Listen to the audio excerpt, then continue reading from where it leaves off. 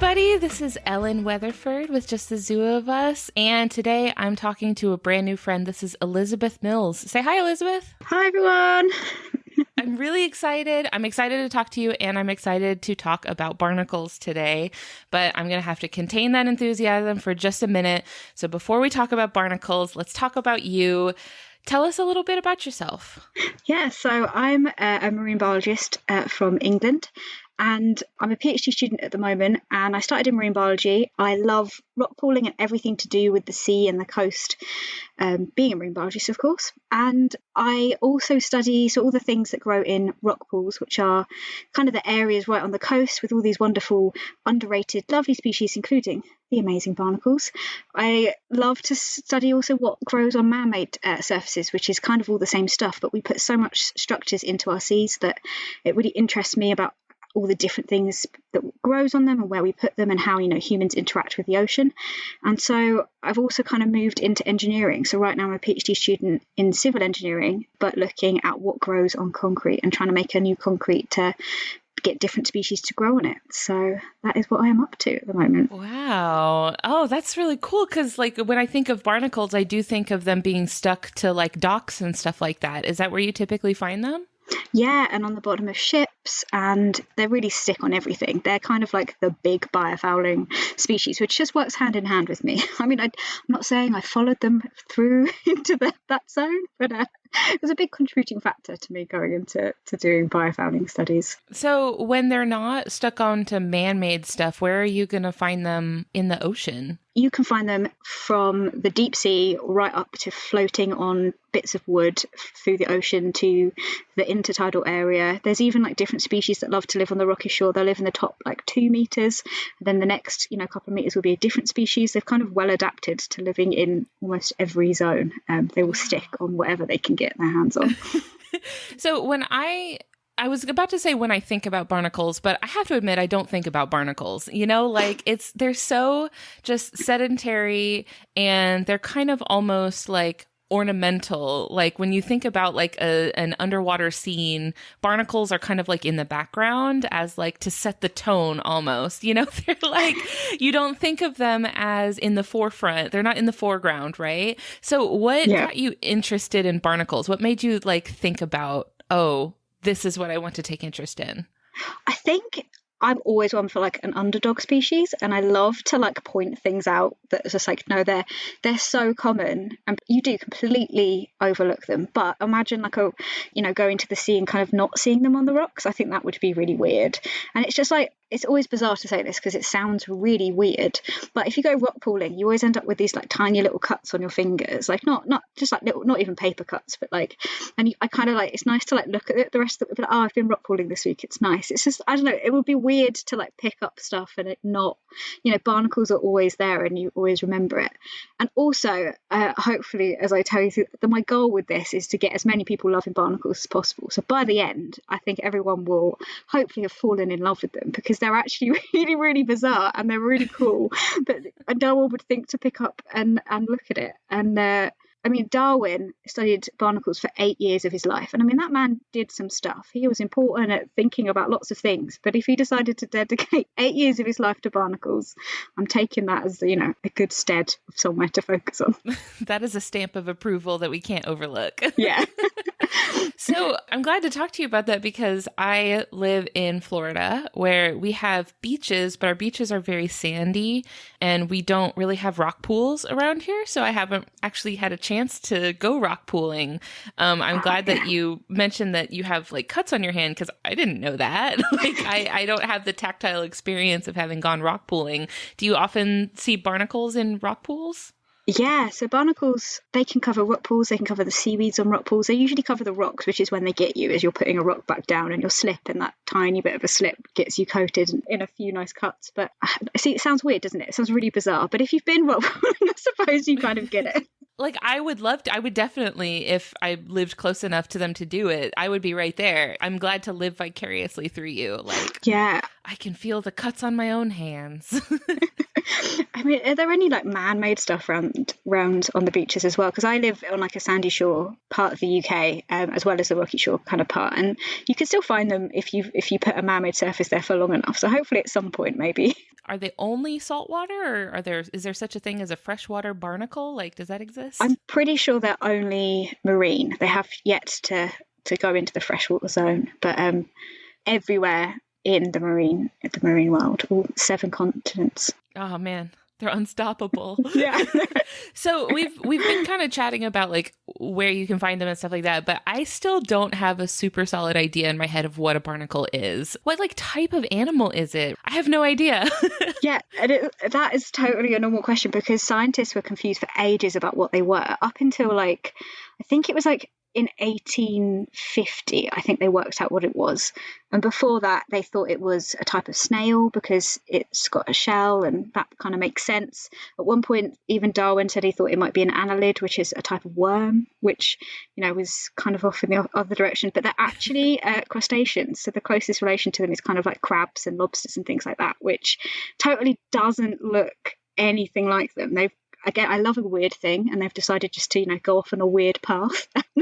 And they know that because the mobile life stage, so because they're sessile, they don't move, they have to have a life stage where there's like a little larvae that goes through the sea and looks for a new home. And if you look at it during that life stage, it has jointed limbs, which is what arthropods are. It means jointed limbs.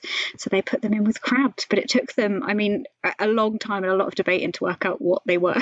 That's so funny. I know a lot of people recently have been talking about carcinization, the tendency of evolution over time to move you towards a crab-like structure. What a fact. And this is like the other direction. They were like, no, we tried crab, and we're actually going to go for more of a rock-like. Yeah. They're like, they're doing pretty well on their own. We're going to go the other way. Yeah, that is so true. Oh my goodness. I know this is not how evolution works, but if I'm not getting more crab-like every day, I'm just going to be disappointed by the end. Every day I check a little bit, be like, any chitin today? No. Yeah, just walk a few more steps to the left only, a few more steps to the right. I feel like if you were to take my phone out and pull up Google and type in barnacle, and you know how it pulls up your search history of like past things that you've searched? I feel like if you typed in barnacle, my phone would probably think you were about to type in, are barnacles animals? Because I've probably typed that into Google like 10 different times. Yeah. I don't know what I thought they were. Like a rock, a plant? I don't know. I know, I agree. And there's not much to them. Like there's the shell, and then the inside is really tiny and delicate, and there's not much animal in them anyway. So I could totally understand why. And you can very rarely see barnacles feed. If you ever go rock pooling or you go and splash some water on some barnacles, if you find them, you can eventually kind of trick them to come out, and they come out with their little cirri, which is basically their legs, because they live on their head and they feed with their legs. And it's just like this little feather giving you a wave, and it's really nice. But I hadn't seen that till I was like in my 20s, because I didn't know you could get them to come out. I was like, hello. So what's in there? Like you've got the shell. It's kind of like when I think of a barnacle, I think of them as kind of cone shaped almost. Yeah, like a hollow, basically like an upside down cup with some have a bottom and some don't. And in there is basically just some feeding legs, a gland of food to make cement, which is how they're so fantastic at sticking onto things.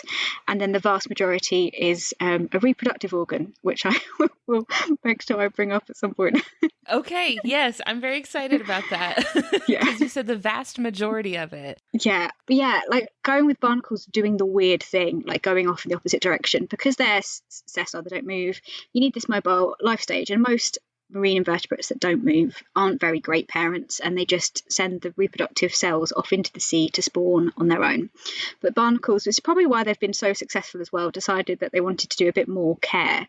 So they're hermaphrodites, so they're both male and female, every single barnacle. And the reason you find them all clumped together all the time is because how they actually reproduce is they have to use this reproductive organ to physically reach over to the barnacle on, you know, the left and the right, and fertilize that way, instead of casting off their reproductive cells into the sea, which has meant length of their body, the body ratio to the length of the reproductive organ is the largest in the world.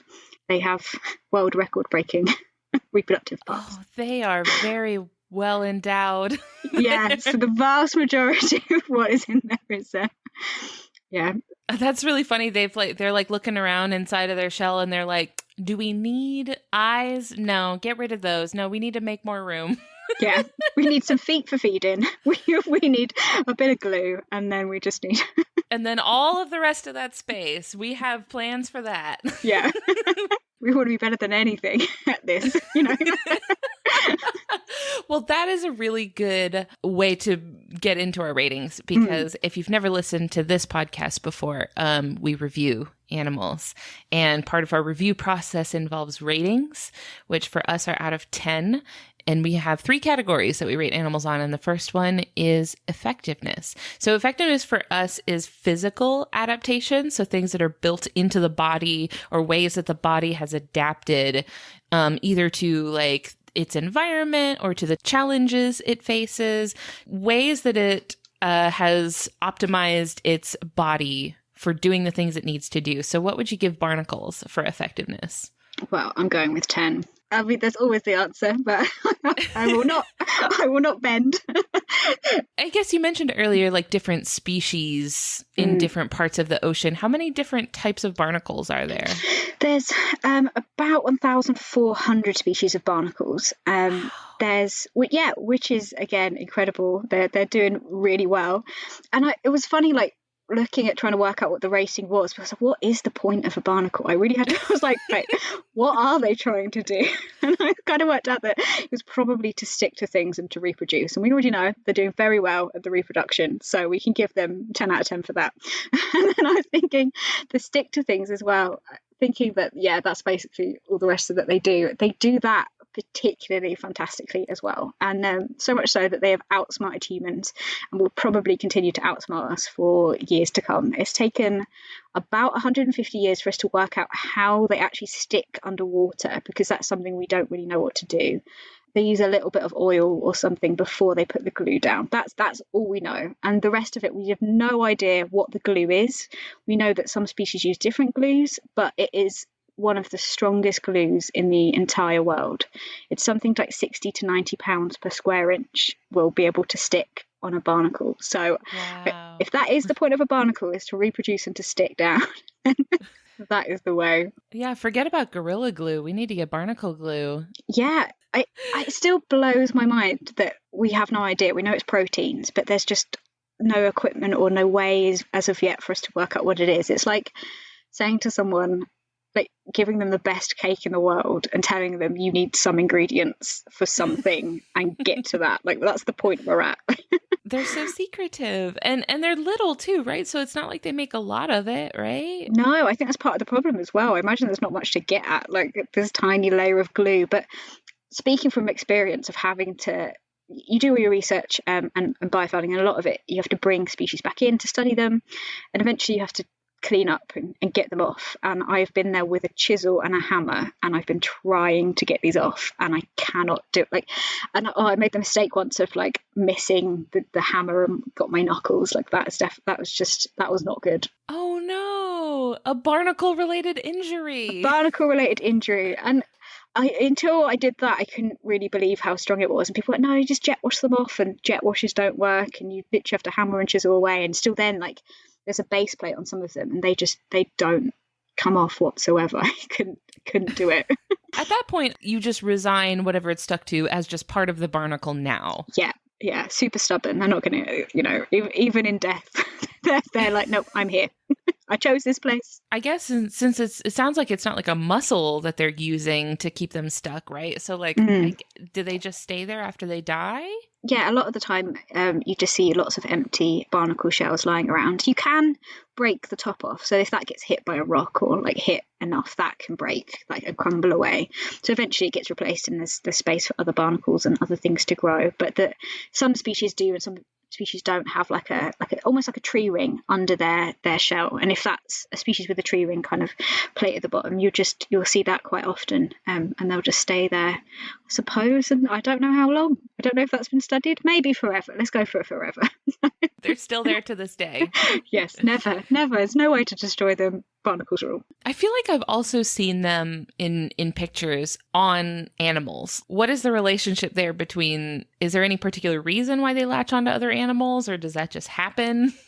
I think they've just, because space is incredibly limited. So when it comes to things settling on on like hard surfaces, you think there's this massive ocean of things to do, but the vast majority of this ocean is either soft or just water. And so the actual hard surfaces that you get are really limited, which is why whenever we put man-made stuff in the sea, it just immediately almost gets covered in things, which is why it's can be such a problem.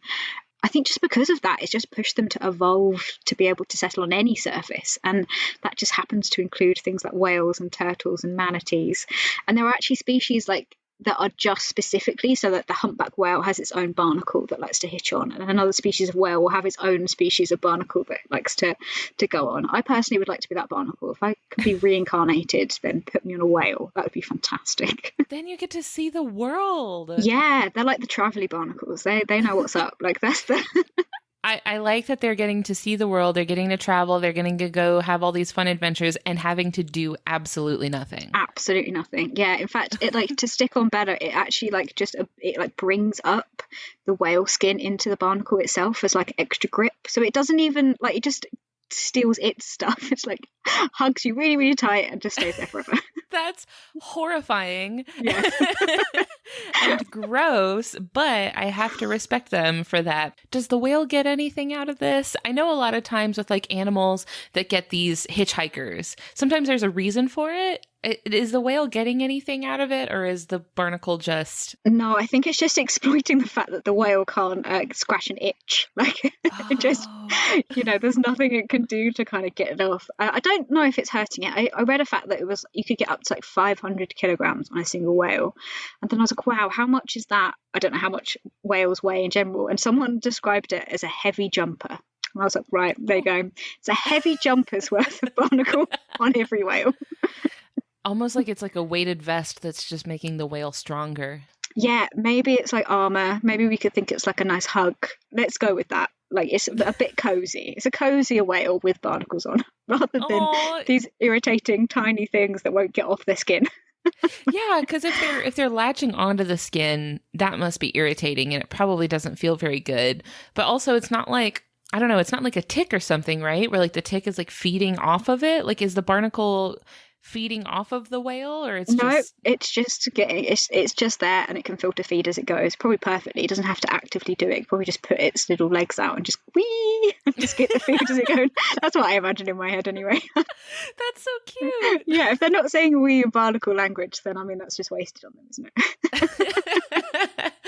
Okay, so you mentioned earlier that they move around when they're in their larval stage. Mm-hmm. That is how they get from like one place to another, right? Yeah, and that's really fascinating because they have, like, I think it's 8 stages, 7 or 8. I'm blanking out. I'm going to go with 8 stages where it kind of transforms, and each time is a bit like a caterpillar into a butterfly, kind of metamorphoses into like different looking things. And the last stage is called a cypriid, which looks completely different, and it's the only stage that can't like feed. So one of the reasons barnacles are so good at spreading is that because they have all these stages, they can get quite far before they have to start settling again. But the last stage can't feed, so it has a limited time to find a place to settle. But they can be picky because obviously if you're only going to live one place forever, why not be picky? And you're going to make sure you're living in the right spot. And this is coming from a biofounding research perspective, which is why I'm designing different materials, is that you can actually change the material properties to things that species do and do not like. And so I'm hoping to kind of stop some of the more problematic species settling on materials we put in the sea. And these barnacles come along with their little feelers, and they feel the surface, and they put down a little bit of glue that's about like a post-it note's worth, like that kind of strength, just long enough for them to feel around and be like, do I want to do this? No. And then they release off and go search. But studies have actually tracked them, and they look like little footprints. But the more hungry this little cyprid gets, the more desperate they become, and you can just see them become this like a little erratic thing, panicking as it's trying to find somewhere, and it just gets less and less choosy, and in the end it just settles when it has to. So hopefully it finds somewhere before Eventually it's like, you know what, this is fine. Yeah, like I can so relate to that. You're like, no, there might be better things on the horizon, and then you're just like, oh no, there's not. Oh no, oh no. It's like when you can't quite decide on what you want to order for dinner, and you keep waiting and waiting and waiting until it's 10 p.m. and the only at that point you're like, you got to order from whatever's open. Yeah, how stressful is that? I'm quite glad I don't have to do that. That sounds kind of like the fact that we can move house. Well, since it sounds like they're a little more choosy and a little more like, I don't want to say thoughtful. I think that's ascribing a little too much human. Yeah, I'm guilty of that all the time. So guilty. Yeah, that's giving them a little too much. But it sounds like they're kind of at least considering some different factors when deciding on like where they want to go and stuff. Let's talk about ingenuity for a second. This is our second rating that we talk about our animals on. This is behavioral adaptations. So things that the animal's doing with their body to do a good job of what they're trying to do. I know with a barnacle, they get to a point in their life where their behavior is pretty limited, but they're consistent. Yeah. But what would you give the barnacle for ingenuity? I'm giving it a 9, not a full 10. Because I'm going to bring in another type of barnacle, which I think is pretty ingenious. But, they haven't worked out how to, hop up and move. I do feel like that's a limitation. We've got to knock at least one mark off for the fact that, they're very good at what they do at sticking. But, maybe what if they do panic and they don't settle where they want to? They can't, pick up and move again. What if you want to test drive the car before you buy it, What if your neighbour is really annoying and, they also then have to be the mother or father of your children? Yeah, that is a little bit of a drawback. Like wherever you settle, that's where you're settling for life. You have no further options at that point. Yeah, I feel like there's a very much a community vibe. Maybe they're like, there's enough of us to survive at this point. We'll just settle and be done with where we pick. Yeah, but there's this different type of barnacle which I think is very ingenious, and not a lot of people know about it. And it's parasitic, and it's called Sacculina. And I don't know where it is in the world. Here in the UK, you can find it in some locations, but not all. And it basically mimics crab eggs. So you can pick up a crab, and the eggs are usually like an orange blob at the bottom, and it looks almost exactly like that. It's very difficult to tell between. But it turns them into zombies, the crabs. It's a bit mean. It's a bit mean, I think. I like barnacles, but this is harsh. I also love crabs. So the female will settle into the crab, and it basically takes over. It goes into the hemolymph, which is basically the crab's blood, and gets it to change its behaviour. It sterilises the crab so the crab can't mate on its own. It stops the crab from molting, because molting would get rid of it, so it can't change its shell anymore. It moves it into deeper water so that seagulls and other seabirds won't eat the crab, and then it grows its own eggs where the crab eggs would be, and waits for a male barnacle parasite to come along. And when that happens, it even down to the fact that as they're hatching, it can get the crab to waft the eggs away, and then it just dies and leaves this zombie crab which can't really do much with its life. It completely takes that over. Oh my! And this is a barnacle, you said, that's doing all this. Yeah, that's the dark cousin of the barnacle family. But, yeah. That is the evil twin of the barnacle. Yeah, that's the one you don't talk about. The other ones are we don't mention them. And when everyone's sitting around at Thanksgiving dinner, someone's like, has anyone heard from Sacculina recently? And everyone's just shaking their head. No, it's not. We don't mention them. Oh my gosh, that's really wild, because I've heard of other creatures doing this sort of where they infest a host. It's like a parasite that will infect a host and then kind of pilot it like a mech. They're driving it around, taking control of it. I've heard of that before, but I haven't heard of any sort of crustacean doing that. That's wild. Yeah, it's so bizarre how it can just take over its entire body and just had to stop it molting and to stop everything. It really just I don't know enough about it, and I need to really research into it, because to understand the mechanism behind being able to do that. What do you need to release?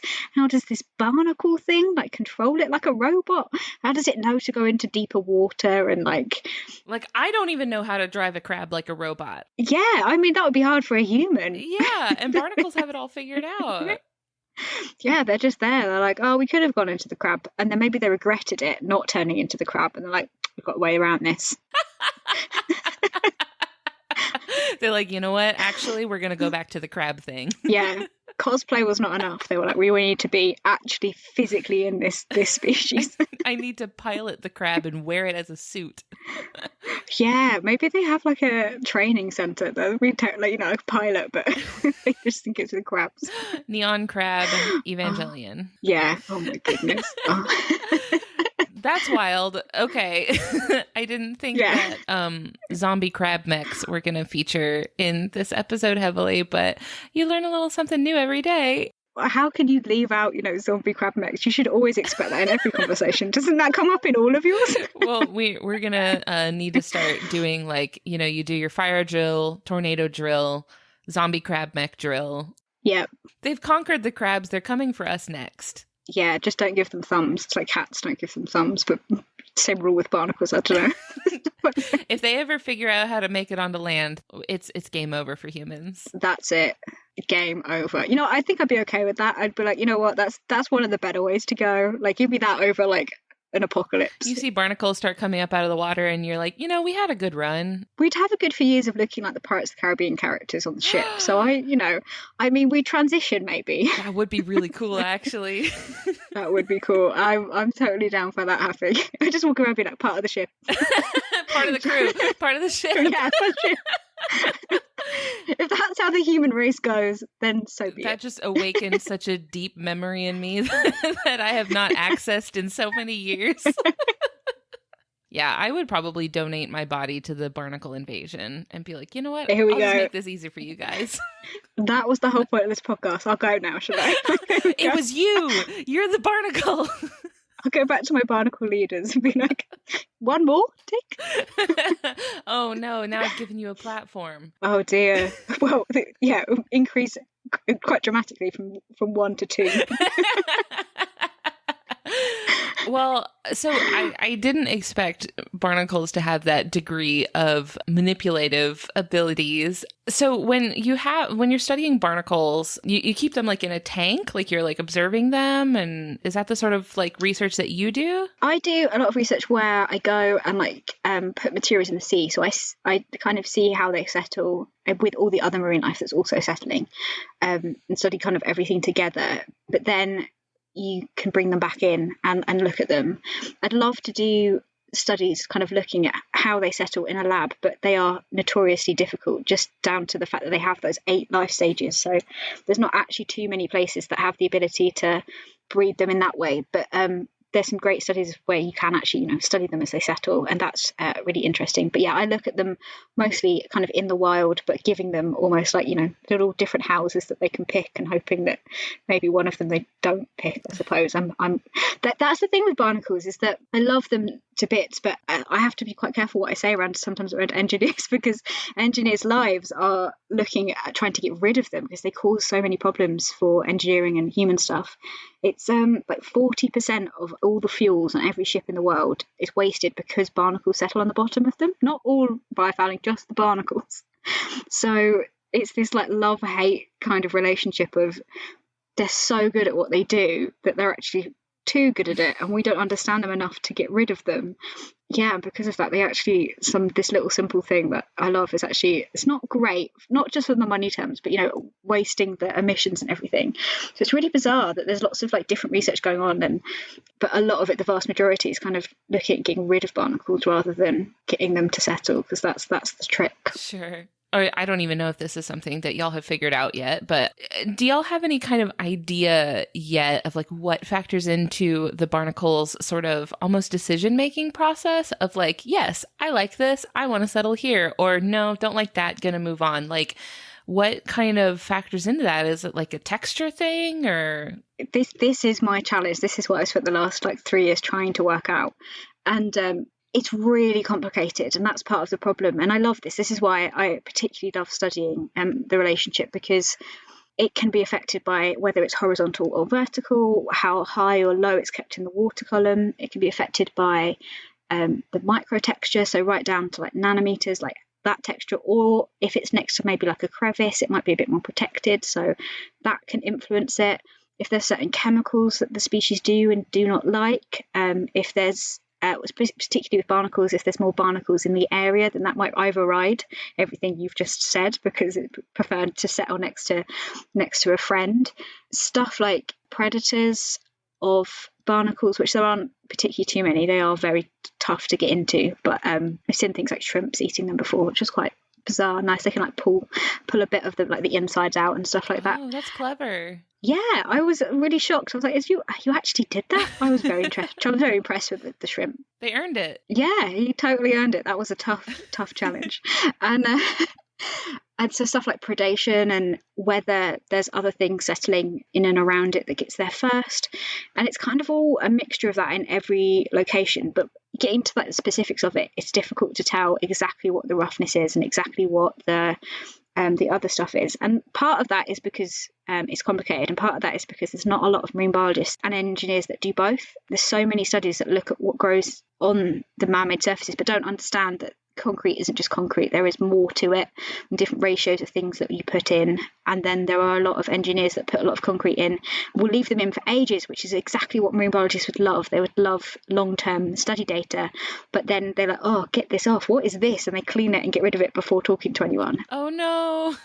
Yeah, and a lot of my research, I suppose it's just a bonus to my PhD. It's not the main focus of it, but I always make sure that I'm trying to talk to people and get them involved a bit more, because it's really useful to know both sides, which is why I've got an undergrad in marine biology and this PhD in civil engineering and stuff, just that there's so much awesome science that can be done between the two, and just kind of changing the opinion of people to be like, okay, no, you can actually look, it's not that hard. We can work on learning about the surface too. And yeah, that people think they're gross, but send me and I don't think they are, and we can have a quick look at what's on there, and that hopefully would unlock a lot more data than we've got right now. It's only up from here. Yeah, because I've already learned some pretty charming things about them so far. I like the idea of their little feathery feet. Oh, they're so cute. and it's like they're waving to you. Well, I think they are anyway. Again, personification, I'm terrible. But, I've been walking around the rocky shore and I'm like, hello. Just feeding. They're not waving at you. But you said that they like to gravitate towards each other. They seem like kind of gregarious, maybe. They like to kind of group up with other barnacles. How do they know that there's other barnacles there? I look at a barnacle, I don't see any eyeballs. How are they detecting other barnacles? I don't know what you call it. I don't suppose it's a chemical, or not quite. It might be some sort of hormone kind of chemical mix. I don't know. That's not proper science. I'm just guessing. They kind of release it so that other barnacles can find them as they go, just because they're so reliant on making sure that they settle with other ones to reproduce. There's no chance that they'll be able to reproduce if they're not kind of settled together. So there's studies of that they will release this kind of chemical thing and give them like a little signal for the little things to float on by and come find their friends. Oh, they've got a little beacon that they're sending out. They say, come join my neighborhood. Yeah, hello, we're fine. Join my server. So I wouldn't have thought that I would be describing them as cute, because the only thing, if you're not very familiar with them, the only thing you think about when you think of them is those little crusty... Yeah, they're basically a tiny rock. Yeah, but not even that. It does look like a little rock. For aesthetics, which is our final category that we rate animals on, what are you giving the barnacles for aesthetics? I'm very curious. Yeah, I'm not going high.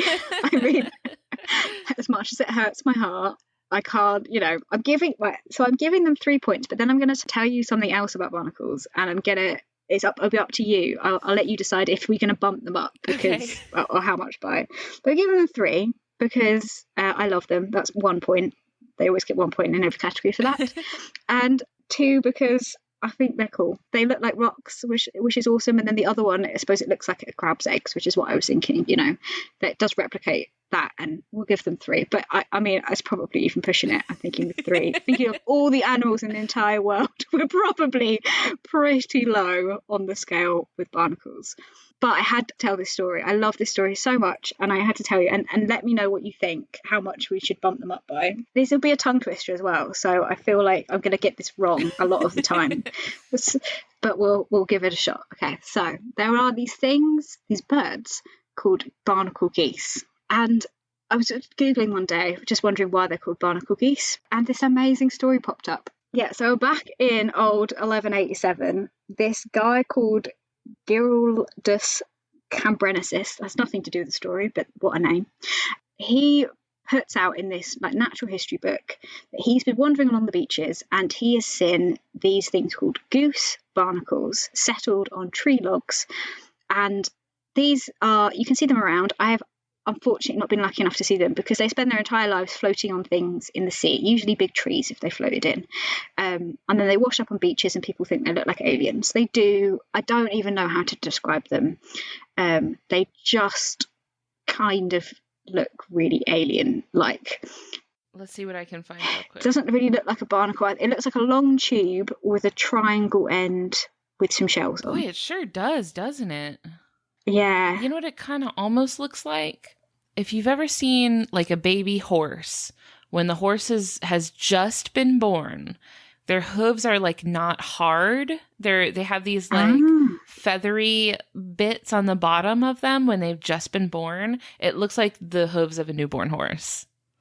See, this is, yeah, okay, I will go with that. I'm going to look that up in a minute. That's great. That's what it looks like to me. No, I'm totally, it's just so bizarre. Like, yeah, isn't it strange? So this guy's walking along and he thinks they do look, I could kind of get where it's coming from, but he thinks they are the eggs of barnacle geese, which are then called barnacle geese. So these geese in the UK rock up in winter and disappear off in summer. And at this point, they don't know about migrations and everyone's confused. They've never seen a baby one of these.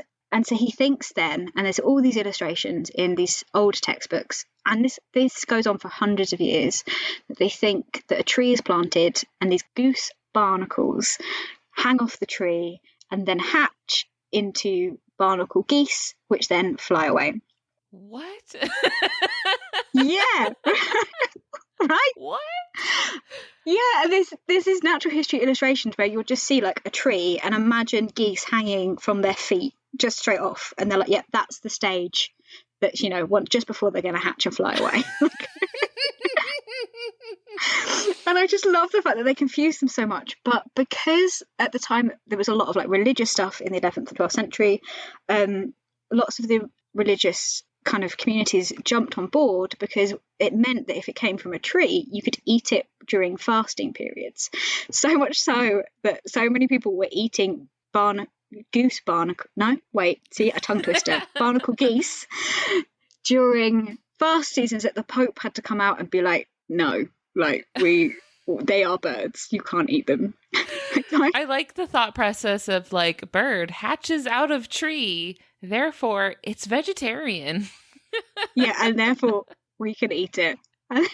Honestly, it means that it's not until the 13th century that they work out that they are not the eggs of this geese. And that geese are not fruit. From a tree. They are, if you have the time, please Google the illustrations because they are amazing. Because they're just so bizarre. And I just think the fact that they confused natural historians for hundreds of years, and it's just the most outrageous story, I think. I have to like at least try to give them the benefit of the doubt. Like, if all of the information that you have is like, there's a tree, there's some stuff growing off of it, and then geese happen. Like, if that is all the information you have, and you do not have centuries of, you know, scientific research to build off of, it might be a reasonable conclusion to come to. I mean, I love that that's the conclusion because you are working off of, you know, it's a tree, there's thing. It does kind of look like the neck of a barnacle geese. I kind of get where they're coming from, but also it just sounds so ridiculous. I just love that one person said it and then everyone was like, yeah, that's it, 100%. Let's eat them. No question. I would imagine that maybe if they saw an opportunity where they were like, ooh, if that's true, then we can eat that. Yeah. Just carried it on for like an extra 100 years. Just like, you know, yeah, those tree geese. Those vegetarian. Like one person was like, hey guys, we might want to revisit this. I don't think this is it. And everyone else is like, no, dude, no, don't go there. Leave it alone. Yeah. Go sit with Sakulana on the table that no one was taught you. Like, let us have the tree geese. Let us just have these. Plant-based geese. That just, yeah. On a purely aesthetic value, though, looking at the goose barnacles, They're even worse. They go down a notch. Gross. Yeah, they look Yeah. awful. I can't say that these are particularly cute. No, they're definitely not. I mean, we were losing from the start with the aesthetics. I like the fact that they trick people. That was good, but I mean, that was our bad, really. Yeah, I like the point. Yeah, I'm trying to think. I'm not quite sure that there's very many species on the planet that potentially look like less better. Less better? That's not worse. That's not the word. Worse. See, I could come out and say it. Maybe that was my subconscious being like, "No, don't say it. Don't say it. Worse."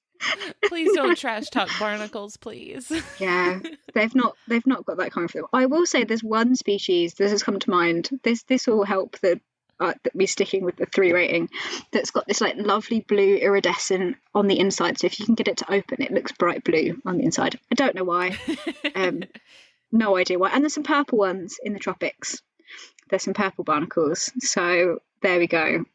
They're definitely not the most charismatic creature out there, but they just need a little bit of PR help. Like they need a little nudging along. They do. They are like the people that will always be there for you. You know, they are never going to move. They are always literally going to be there for you.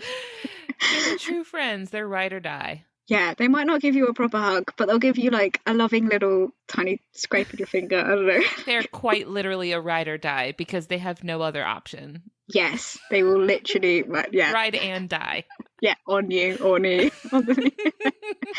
See, what more do you need? You don't need these aesthetics. It's overrated. These wonderful, beautiful ocean creatures. Nah. It's like when you're playing a video game, especially an RPG, you are usually confronted at some point with a choice you have to make between armor that has great stats or armor that is pretty. Yes.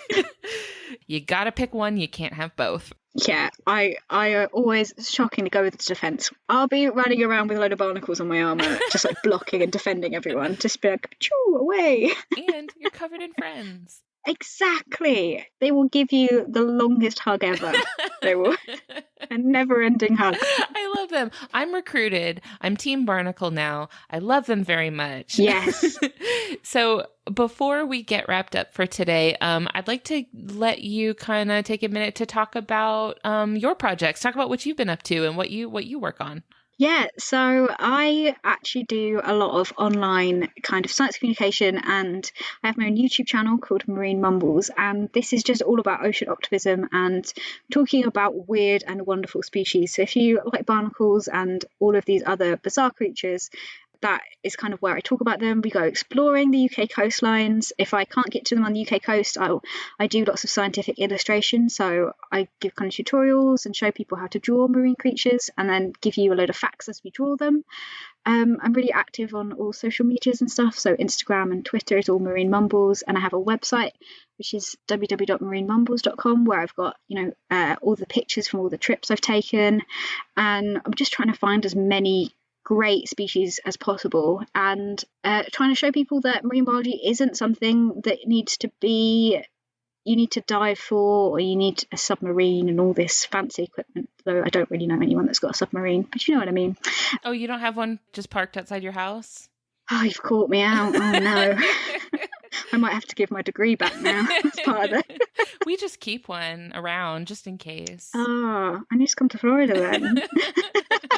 Everyone's got one here. Yeah. Oh man, it's a shame there's currently a travel ban. So otherwise I'd be. Yeah, and just showing that marine biology is amazing, and there's some great creatures right on the coast, right on your doorstep, or that you can see it on my YouTube channel, and you can see them for free if you live near the coast. And if you don't, then I promise I've got a really lovely oceany channel, and you can kind of live a bit of sea through my work. And I recently found a real life octopus, which was just the best and like an amazing experience. So I've got a video up on that, and that was just like the best. So like found it like outside, like yeah, in the wild? Like in the wild. I've been looking for one for years. I've never seen one in the wild, and it was even better in person than I could have ever imagined. They're just so cool. Oh, man, so it's all stuff like that on my channel. I would have died.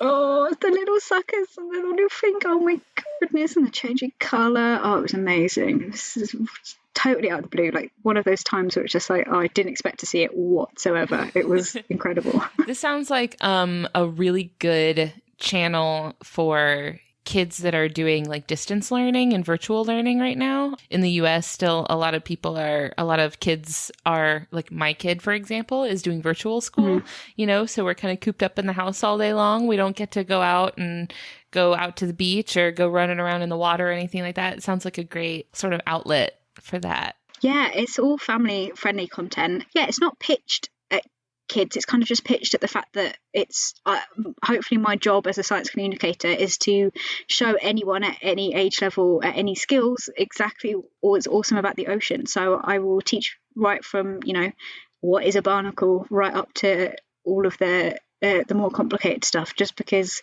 that gives everyone the chance then to learn as much as possible. And hopefully in that little video you get a little bit of taste of marine biology, and I've loads of videos coming up. I could talk about the ocean for ages, so hopefully people find it useful and can give them a bit of respite. I know this year is very tough, so if I can bring a bit of joy and ocean spirit to the world, then hopefully that's what I'm doing. Awesome. Well, you have brought some joy and ocean spirit to me today. Oh, thank you. And to everybody listening. So I really appreciate you taking the time to come on and talk to us about barnacles today. Thank you so much. Absolutely. It was amazing. This might be my favorite hour ever. You mean you let me just talk about barnacles forever? This is great. Well, thankfully, this will be immortalized on the internet, so you can relive this hour over and over again whenever you want, because it'll be up I'm on not the sure internet. I'm going to be. I don't know if I'll listen to it again, probably, but I'll just send it to everyone about barnacles. There we go. Well, thank you so much for coming by today. We'll talk to you later. Awesome. Thanks, everyone. Bye.